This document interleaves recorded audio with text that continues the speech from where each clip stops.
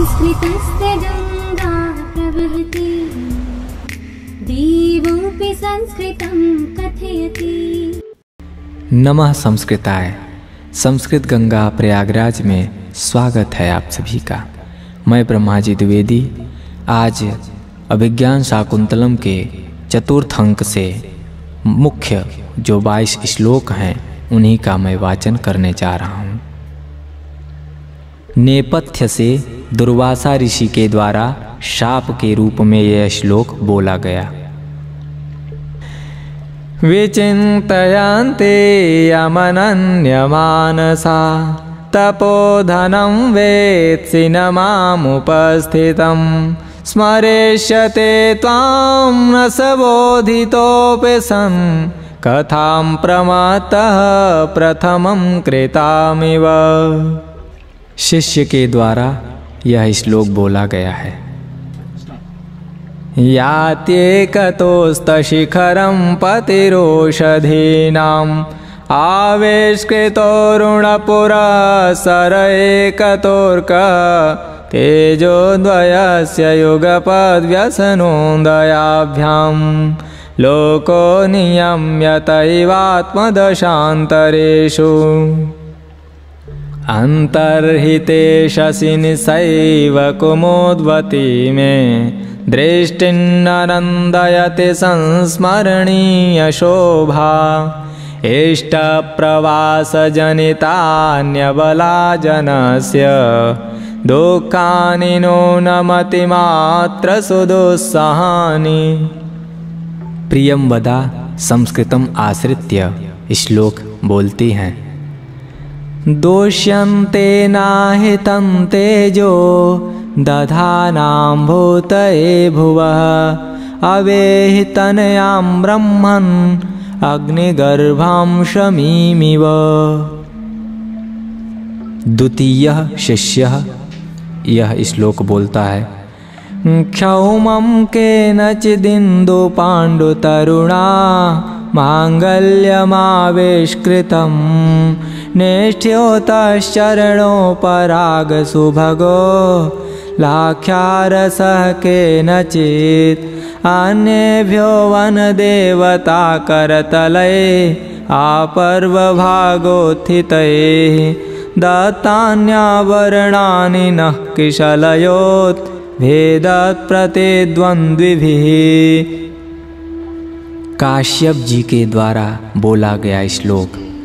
यास्यत्यद्य शकुन्तले ते हृदयं संस्पृष्टमोत्कण्ठया कण्ठस्थं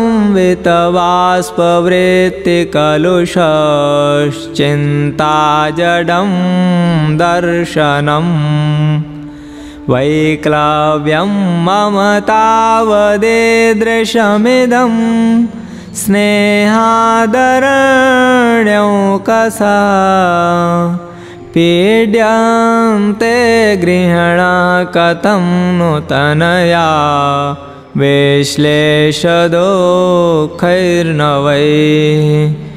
काश्यपः ययातेरिव शर्मिष्ठा भर्तुर्बहुमता भव सुतं त्वमपि सम्राजं सेवपुरुमवाप्नुहि।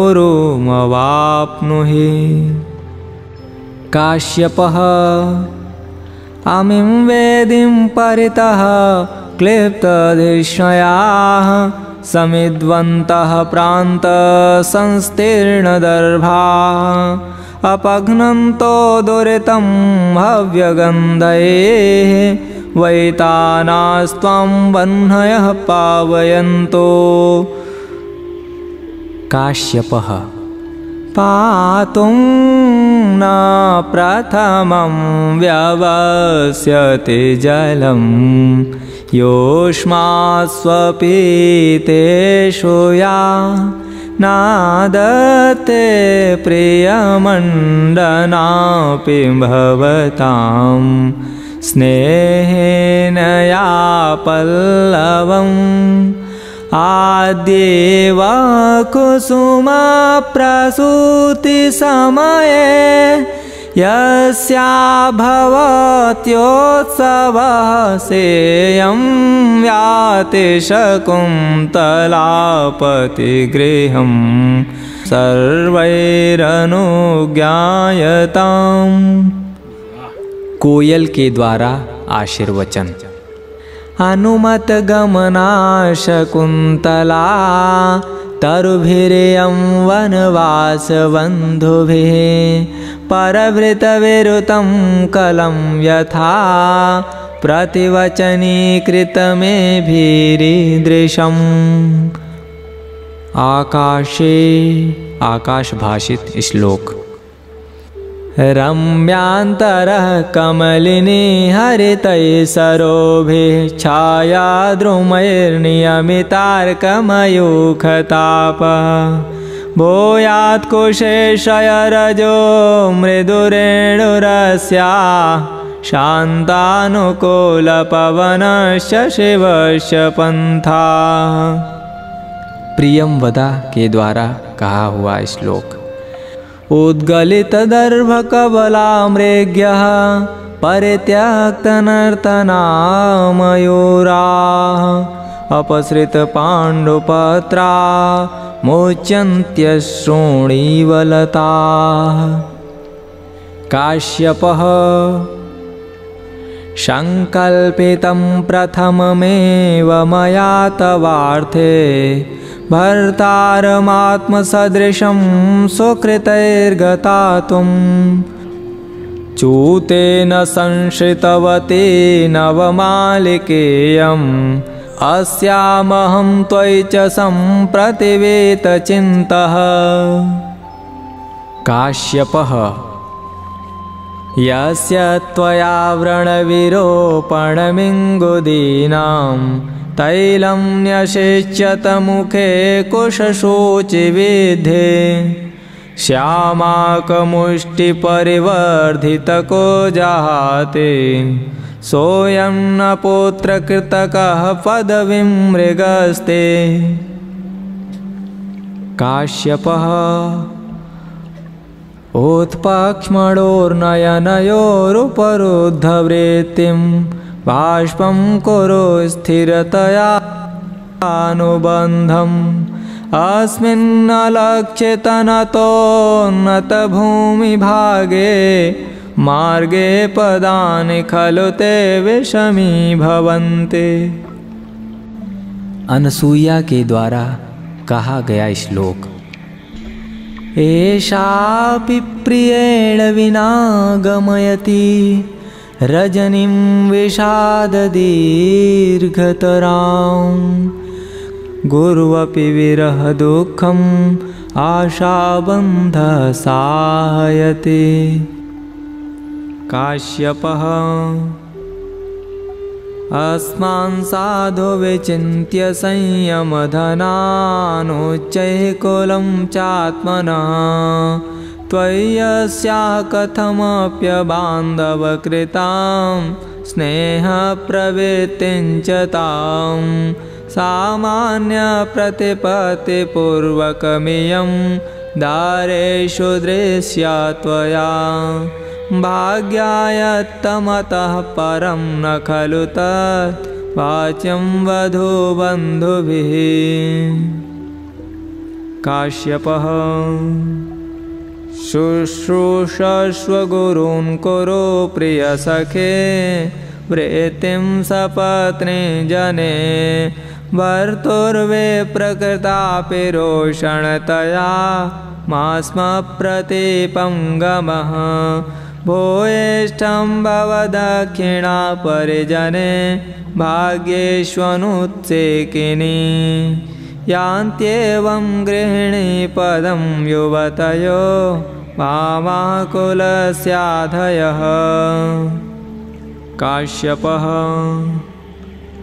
अभिजनवतो भर्तुः श्लाघ्ये स्थिता गृहिणी पदे विभव गुरुभिः कृत्यैस्तस्य प्रत्यक्षणमाकुला तनयमचिरात् प्राचीवार्कं प्रसूय च पावनं मम विरहजां न त्वं वत्से शुचं गणयिष्यसि। काश्यपः भूत्वा चिराय चतुरन्तमहेशपत्नी दौष्यन्तीमप्रतिरथं तनयं निवेश्य भर्ता तदर्पितकुटुम्बभरेण सार्धं शान्ते करिष्यसि पदं पुनराश्रमेऽस्मिन्। काश्यपः शममेष्यति मम शोकः कथं वत्से त्वया रचेत पूर्वम् उटजद्वारविरूढं निवारबलिं विलोकयतः। काश्यपः अर्थो हि कन्या परकीय एव तामद्य सम्प्रेष्य परे ग्रहीतो जातो ममायं विशदप्रकामं प्रत्यर्पितन्यासैवान्तरात्मा। अभिज्ञान शाकुंतलम का भरत वाक्य। प्रवर्ततां प्रकृतिहिताय पार्थिवः सरस्वते श्रुतमहतां महीयतां ममापि च क्षपयतु नीललोहितः पुनर्भवं परिगत शक्तिरात्मभूः। नमः संस्कृताय।